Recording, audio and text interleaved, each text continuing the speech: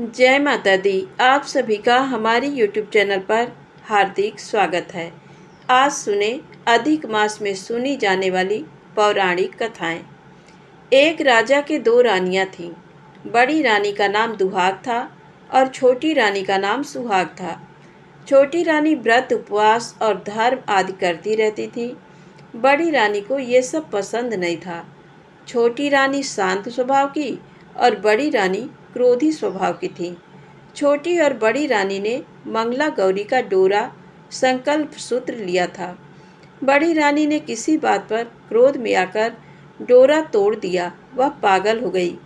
देवी ने स्वप्न में आकर उसे बताया कि डोरा तोड़ने के कारण वह पागल हुई है। उसने ये बात छोटी रानी को बताई। दोनों रानियों ने देवी के चरणों में गिरकर क्षमा मांगी। रानी ठीक हो गई। सावन महीना आने पर मंगला गौरी का व्रत किया, भक्ति भाव से पूजा की और कथा सुनी, हवन किया, ब्राह्मण जोड़े जिमाए, नगर में ढिंढोरा पिटवाया कि सभी भक्ति भाव से और विधि विधान से संपूर्ण व्रत करें। हे माँ, कहानी कहने वाले को, सुनने वाले को और हुंकार भरने वाले को संपूर्ण फल मिले। प्रेम से बोलें गौरी माता की जय हो। अब आइए सुने धरती माता की कहानी। धरती माता एक ब्राह्मणी थी। वह बहुत धार्मिक महिला थी। सभी ग्रामवासी उनका बहुत सम्मान करते थे। कोई भी उसकी शरण में आता वह सबकी मदद किया करती थी। मन ही मन भगवान का स्मरण किया करती थी। भगवान की सेवा, पूजा व जरूरतमंदों की सेवा ही उसका परम धर्म था। एक दिन ब्राह्मणी मरकर भगवान के घर गई। वहां जाकर बोली, मुझे बैकुंठ का रास्ता बता दो। स्वर्ग से एक दूत आया और बोला, ब्राह्मणी आपको क्या चाहिए? वो बोली, मुझे बैकुंठ का रास्ता बता दो। आगे आगे दूत और पीछे ब्राह्मणी मंदिर तक गए। ब्राह्मणी बहुत धार्मिक महिला थी। उसने बहुत दान पुण्य कर रखा था। उसे विश्वास था कि उसके लिए बैकुंठ का रास्ता अवश्य खुल जाएगा। ब्राह्मणी ने वहां जाकर देखा, वहां बड़ा सा मंदिर, सोने का सिंहासन, हीरे मोती से जड़ी छतरी थी। चित्रगुप्त जी न्याय सभा में बैठे साक्षात इंद्र के समान शोभा पा रहे थे और न्याय नीति से अपना राज्य संभाल रहे थे। यमराज जी सबको कर्मानुसार दंड दे रहे थे। ब्राह्मणी ने जाकर प्रणाम किया और बोली, मुझे बैकुंठ जाना है। चित्रगुप्त ने लेखा सुनाया और कहा कि ब्राह्मणी, तुमने सब धर्म किए परंतु धरती माता की कहानी नहीं सुनी, इसलिए तुम्हारे सिर पर धरती माता का कर्ज है। बैकुंठ में कैसे जाएगी? ब्राह्मणी बोली, धरती माता की कहानी के क्या नियम हैं? चित्रगुप्त जी बोले, कोई 1 साल, कोई 6 महीने, कोई 7 दिन ही सुने, पर धरती माता की कहानी अवश्य सुने, फिर उसका उद्यापन कर दे। धरती माता की कहानी सुनने से जाने अनजाने किए गए पाप कर्मों को धरती माता हर लेती हैं। स्वर्ग लोक में धर्म को ही स्थान प्राप्त है। यहाँ पाप के लिए कोई जगह नहीं है। धरती माता की कहानी पीपल के पेड़ के नीचे बैठकर सुननी चाहिए। ये बात सुनकर ब्राह्मणी ने प्रार्थना की कि मुझे 7 दिन वापस पृथ्वी लोक पर जाने दो। मैं कहानी सुनकर वापस आ जाऊंगी। चित्रगुप्त जी ने उसका लेखा जोखा देखकर 7 दिन के लिए पृथ्वी पर भेज दिया। ब्राह्मणी जीवित हो गई। ब्राह्मणी ने अपने परिवार वालों से कहा कि मैं 7 दिन के लिए धरती माता की कहानी सुनने के लिए वापस आई हूँ। इस कथा को सुनने से बड़ा पुण्य मिलता है। उसने पीपल के पेड़ के नीचे बैठकर परिवार के साथ 7 दिन तक धरती माता की कथा सुनी। 7 दिन पूरे होने पर वापस धर्मराज जी का बुलावा आया और ब्राह्मणी को बैकुंठ में श्री हरि के चरणों में स्थान प्राप्त हुआ। जो कोई भी प्राणी धरती माता की कहानी सुनता है, मृत्यु के समय सभी पाप कर्म धरती माता हर लेती हैं। वह प्राणी को बैकुंठ में स्थान प्राप्त होता है। प्रेम से बोले धरती माता की जय। अब आइए सुने अधिक मास में सुनी जाने वाली कीड़ी नगरा सींचने की कहानी। एक गांव में एक बुढ़िया माई रहती थी। उसके 2 बेटे तथा बहुएं थीं। बुढ़िया माई भगवान श्री हरि विष्णु की परम भक्त थी। अपना जीवन दान धर्म पुण्य कार्य कामों में लगाती थी। परंतु बुढ़िया माई कभी भी मंदिर और सत्संग में तीर्थ स्थानों पर नहीं जाती थी। एक बार गांव में भागवत कथा हो रही थी। बेटे ने कहा, माँ, आप सारा दिन घर में रहती हैं, आप मंदिर में भागवत कथा सुनने क्यों नहीं जाती? बुढ़िया माई ने बेटे का मन रखने के लिए कह दिया कि आज जाऊंगी, परंतु नहीं गई। ऐसा करते करते 6 दिन निकल गए। बुढ़िया माई के बेटे ने कहा, माँ, आज अंतिम दिन है, आज तो कथा सुनने आपको जाना ही पड़ेगा। सारा दिन घर का काम करके बुढ़िया माई ने जाते जाते इतनी देर कर दी कि अंतिम दिन की भागवत कथा भी समाप्त हो गई। भगवान श्री हरि विष्णु सन्यासी का रूप धारण करके बुढ़िया माई के पास आए और बोले, बुढ़िया माई, तुम कहाँ जा रही हो? बुढ़िया माई ने कहा, मैं भागवत कथा सुनने जा रही हूँ। तब सन्यासी रूपधारी भगवान श्री हरि विष्णु ने कहा, अब इतनी देर से क्यों जा रही हो? वहाँ तो अब कथा समाप्त हो गई, अब वहाँ जाकर क्या करोगी? बुढ़िया माई ने कहा, अब घर से निकली हूँ तो जाकर ही रहूँगी।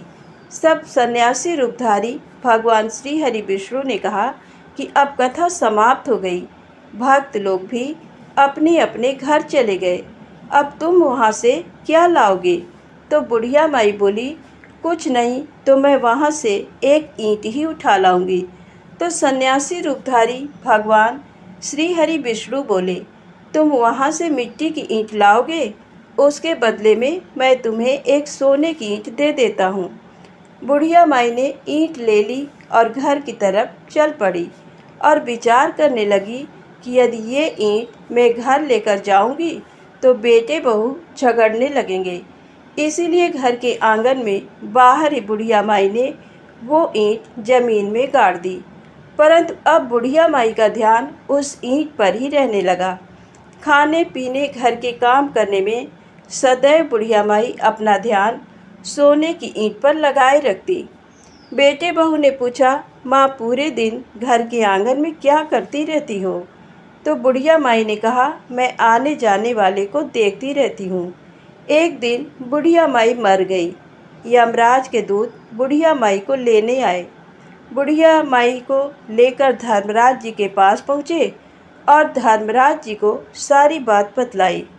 धर्मराज जी ने बुढ़िया माई को कुतिया की योनि दे दी और कुतिया उसी पेड़ के नीचे बैठी रहती। बुढ़िया माई की बहू ने कहा, इस कुतिया को यहाँ से भगाओ, नहीं तो ये बच्चों को काट जाएगी।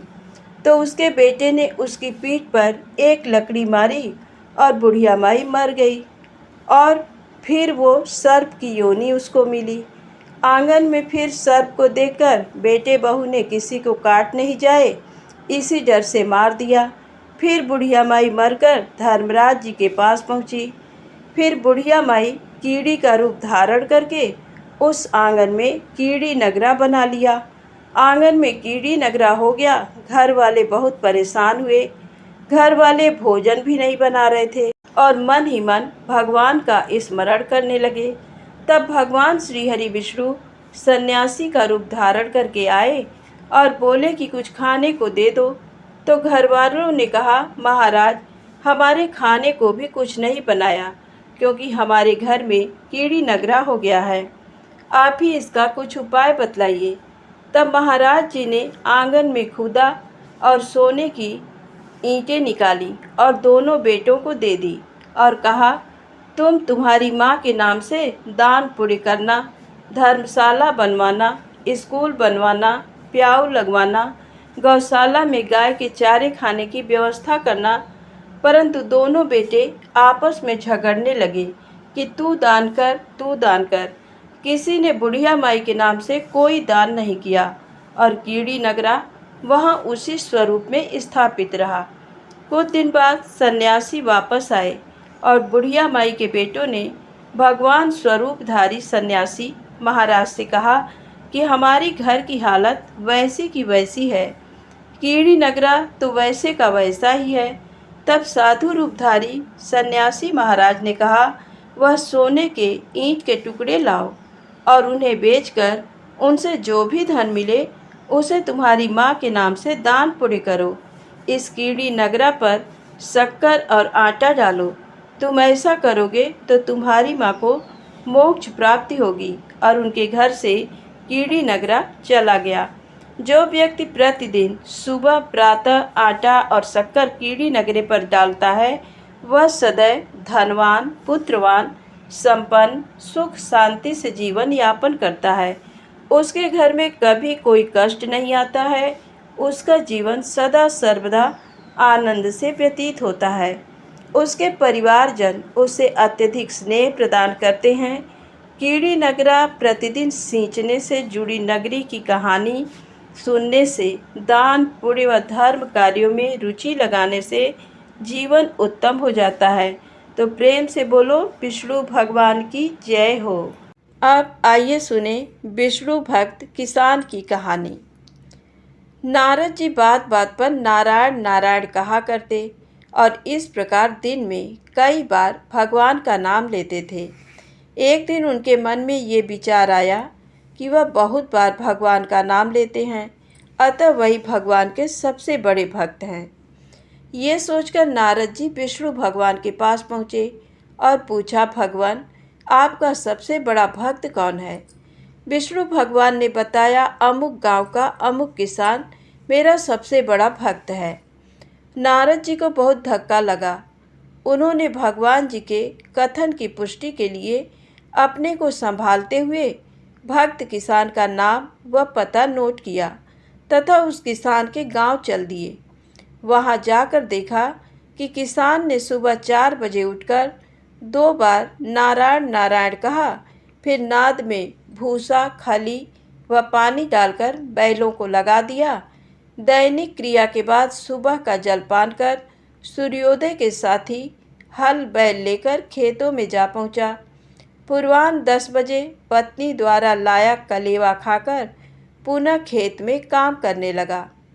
दोपहर में घर जाकर खाना खाया, बैलों को नाद पर लगाया। अपराह्न में खेतों में जाकर काम किया। ठीक सूर्यास्त के पहले घर लौटा, हाथ मुंह धोकर खाना खाया। 2 बार नारायण नारायण कहकर सो गया। नारद जी को बड़ा आश्चर्य हुआ कि किसान द्वारा पूरे दिन में केवल 4 बार नारायण नारायण कहा गया, जबकि वे स्वयं दिन भर नारायण नारायण कहते हैं, किंतु उन्हें भगवान विष्णु अपने सबसे बड़ा भक्त नहीं मानते हैं। नारद जी ने अपनी आशंका व व्यथा विष्णु भगवान को बताई। तब विष्णु भगवान ने नारद को एक पूरा जल भरा कटोरा दिया और कहा, इसको लेकर आप सूर्यास्त तक भ्रमण कीजिए, लेकिन ध्यान रहे इसमें से एक बूंद पानी भी ना गिरे। यदि ऐसा होता है तो मेरा सुदर्शन चक्र आपके पीछे रहेगा। एक बूंद भी पानी गिरा तो वह आपकी गर्दन काट देगा।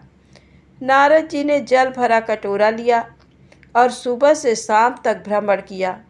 सुदर्शन चक्र ने पीछा किया। सूर्यास्त हुआ तो उन्होंने राहत की सांस ली। कटोरे से एक बूंद पानी नहीं गिरा।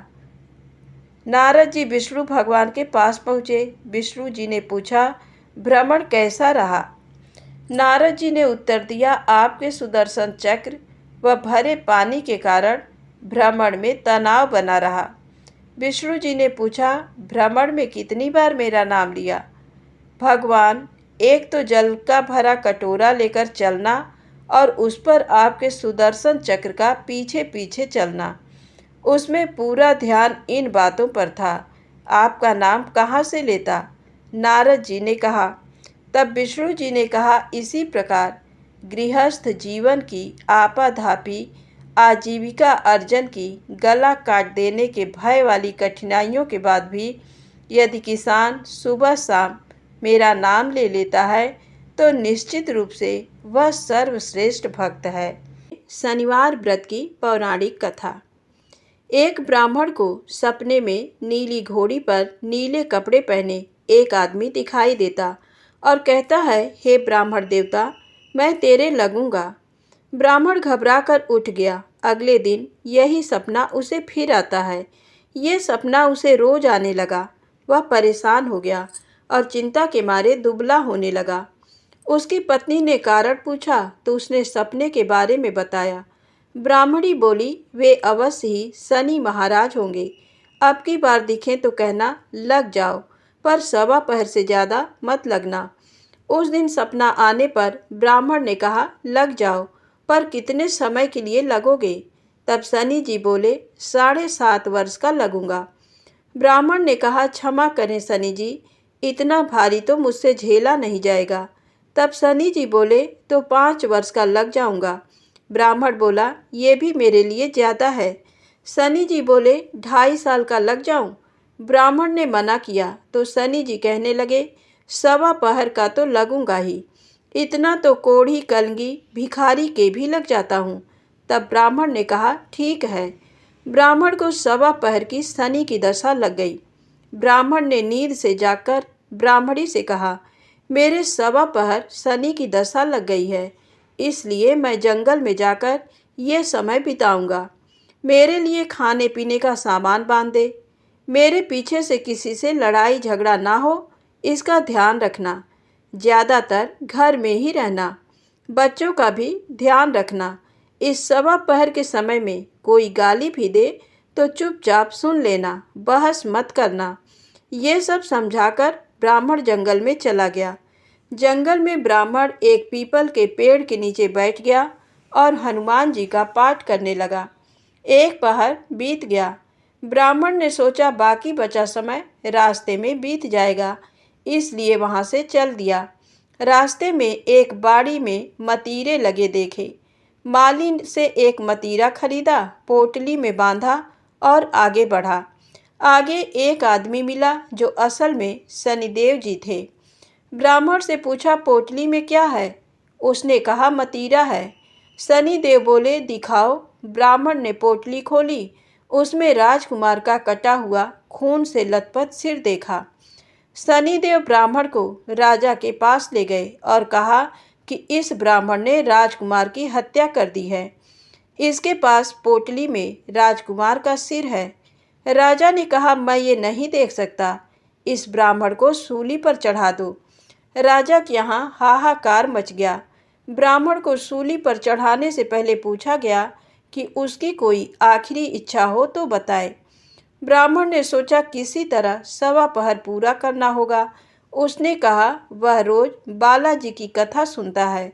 मरने से पहले अंतिम बार बालाजी की कथा सुनना चाहता हूँ।